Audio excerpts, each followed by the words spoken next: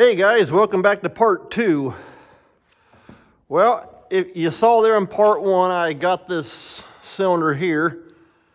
I think I showed you taking the ram out of the barrel and that kind of stuff. Well, I got all the seals put back into it, so it's good to go again. Works great. Now I'm over here on the right hand side. Figure I'd show you a little bit here on this top piece. I just got the big, the packing bolt right here, this guy. This here's the piece that screws into that barrel. I think I already showed you that. Yep. And of course, this here is the packing that screws into the bottom of the ram. And of course, you have oil on both sides of that as it goes up and down. But that thing was a fun job getting out of there. Because as you can, I don't know how well you can see on camera, get over here beside the light. Yeah. You can see all the Loctite in those threads. So it was in there good and solid.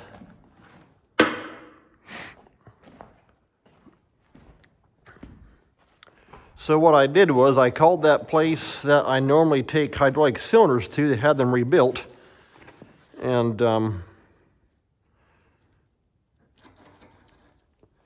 they told me what they generally always have to do is take and heat that bolt up good and hot to help break a lot of that Loctite up. I keep wanting to call it stop leak, I don't know why. But well, I was hoping to avoid that. And so what I did is I got this big guy, and yes, I've done videos on it before, but this is that big Ingersoll Rand cordless impact. 1-inch drive, 3,000 foot-pounds of torque. Well, breakaway torque. That's going counterclockwise. Now going forward, I'm not sure what the torque rating is. I doubt it's that much. Generally, they're always rated higher for the breakaway part. Let me tell you something. I've used this thing more than once, and it was worth its weight in gold on this project because I thought it wasn't going to take that out. I hammered and hammered and hammered, but after a while, it spun that bolt out. I guess it just takes a little bit to get all 3,000 foot-pounds to do the job.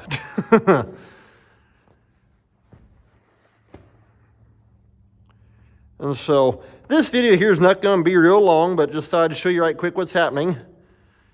And this part here is the part that leaks, or is actually what's causing the leak. And let's see here. Okay. Well, I hope you can see down in there. That right there is your main seal. Like I said, I hope that's showing up on camera pretty good. And take a look at that. You can see how it's all dry rot and cracked. See that big crack going around there? This cylinder here was oozing, but the one on the left side, when I took it apart, it had a great big chunk literally missing. And that's why it was literally just wanting to shoot out a stream of oil, about almost the size of your pinky. And so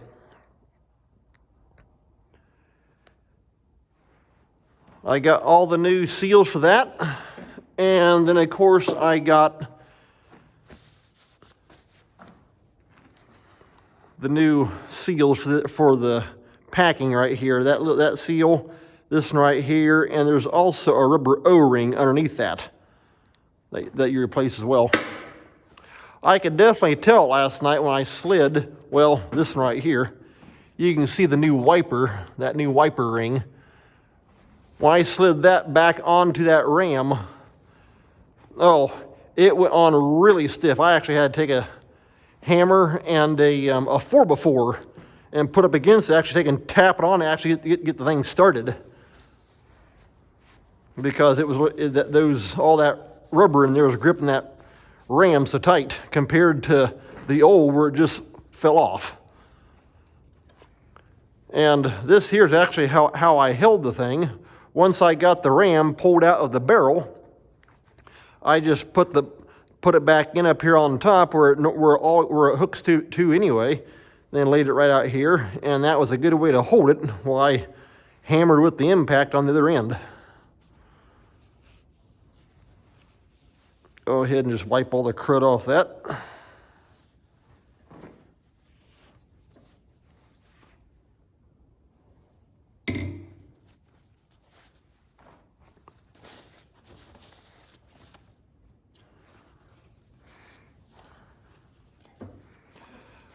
But like I said on part one, if they could, the optimum way to be, the best way to actually have this would be to have the cylinder upside down. That way that's not catching all that dirt and gravel and all kinds of junk just laying up there. Then when you go to open it, it wants to suck it right into the cylinder. If it was turned the other way around, toward this here was on top, then you wouldn't have any trouble with that holding dirt and that kind of junk. But like I say, with the hydraulic hoses hooking onto it, it just wouldn't work because as it would go up and down, the hoses would be moving, and so you can't have that. So it is as it is, so that'll work. Alrighty, let's see here now. And I can tell you one thing, the temperature yesterday, no, it was in the upper 40s, I think it was. But then it took a crash down overnight. And no, we're in the low to maybe mid 30s today. All right, we're going to set that right there.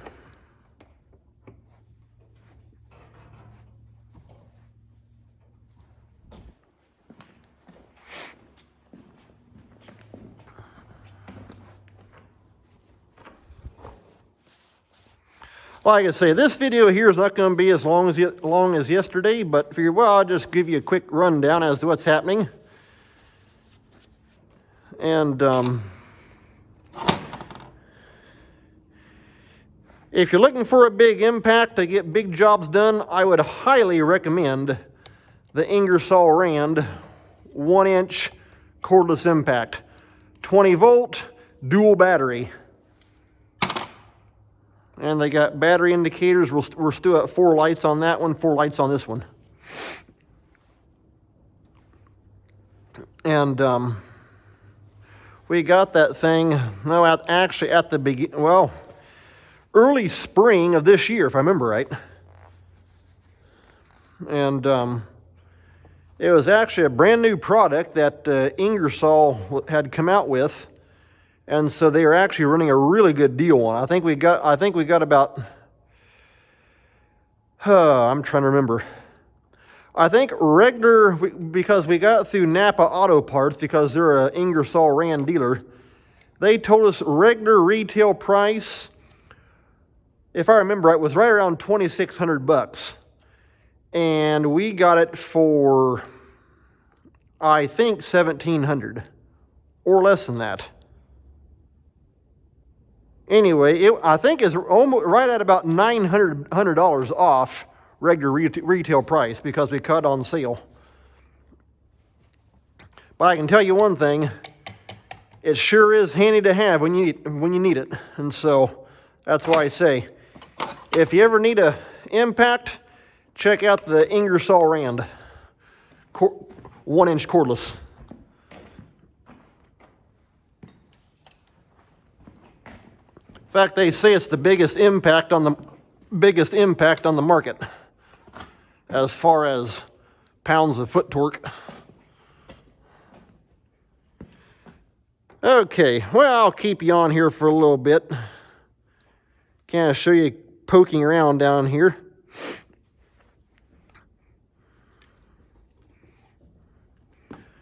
About like playing with chopsticks. I get that O-ring picked out of there. Come on, let's go. And I don't know how well you can see that on camera, but it's literally just coming apart on me as I pick at it.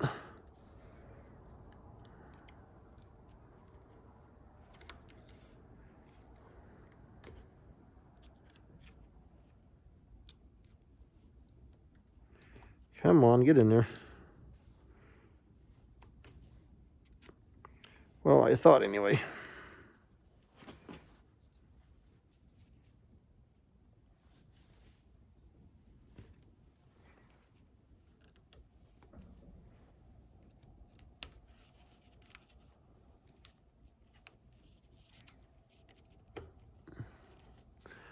I know on the left side center, when I began to pick at it, literally just started falling out in pieces.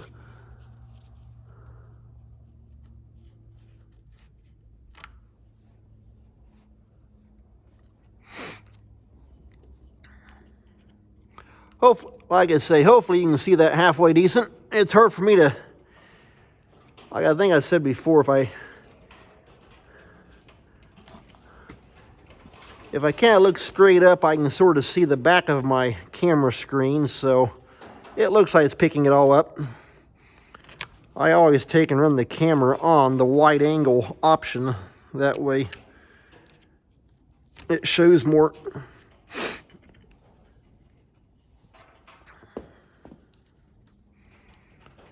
Ah, come on, you dumb thing, get in there. I'm basically just having to kind of pick a chunk into it, or a hole.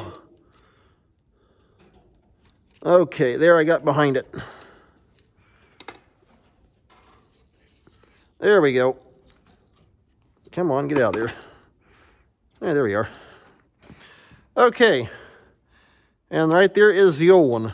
You can see how it's all dry rod, split, busted up. That's a big no-no. And it does have a, I think it calls it like a backup ring right down in there also. I'm gonna go over here and grab an old couple of rags, wipe my fingers off on. In fact, I'll go ahead and get the new O-ring kit out of the cab here and show you right quick.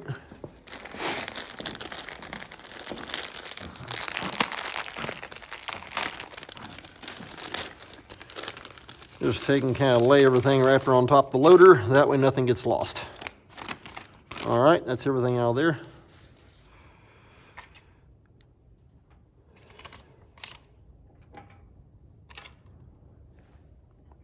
Okay, this black and yellow one, that is the ones that go on this packing piece. That O-ring goes underneath the yellow one, and the black one goes down here on the bottom. It's got a split into it. And so those go right there for that. And here is this piece that I need right now.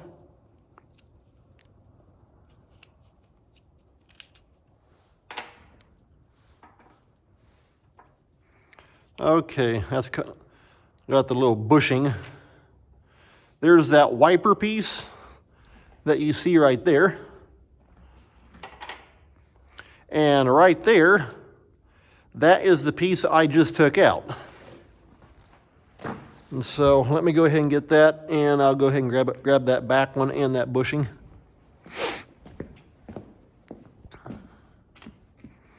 Set that right there. Okay, there we go. Yeah, you can see the big giant difference. And that goes down in there up like that. Then, like I say, this little ring here goes like that. Yeah, right down below it.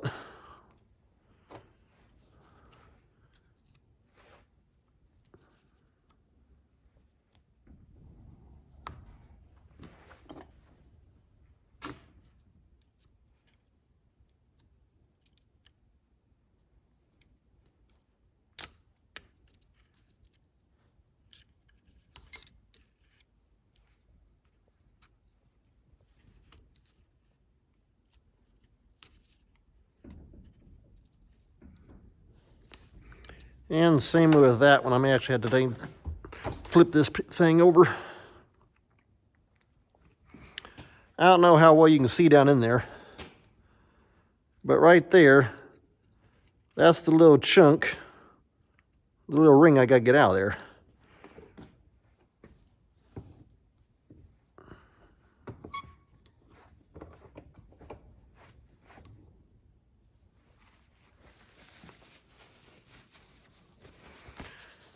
I hate having all that oil over my fingers. You can't do anything.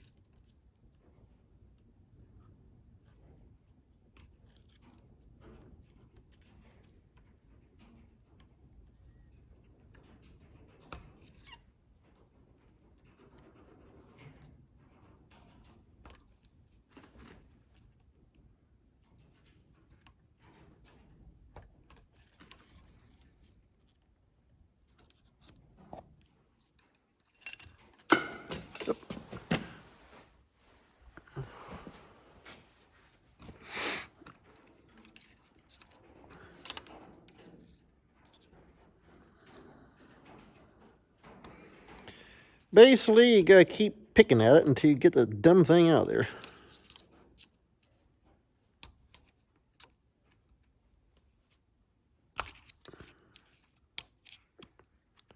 Come on.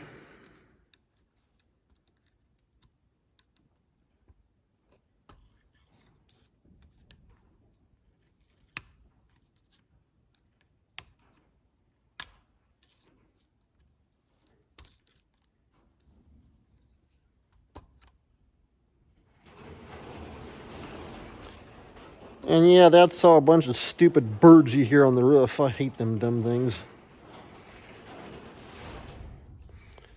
That's those dirty barn sparrows. I hate them stupid things.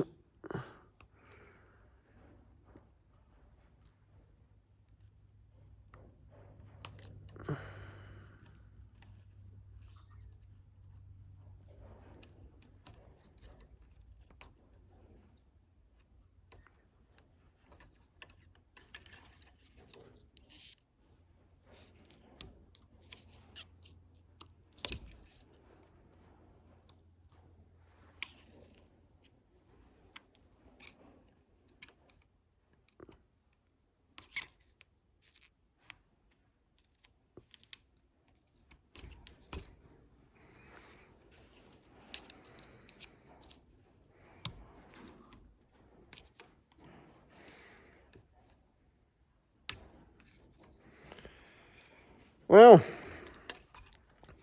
I'm not going to keep sitting here picking at the thing on the camera, because after a while that gets boring just sitting there watching that. So I'm going to keep poking at it until I get that dumb thing out of there. But like I said, I figured, well, I'll just bring you in right quick and show you what all I'm doing with that thing. And check down in the, well, I guess you'd call it like the video description below. And if I have any additional information, I'll take and throw that in there. And I'll let you know if it works good or not. It should. And so take care. Thanks for watching. We'll see you next time.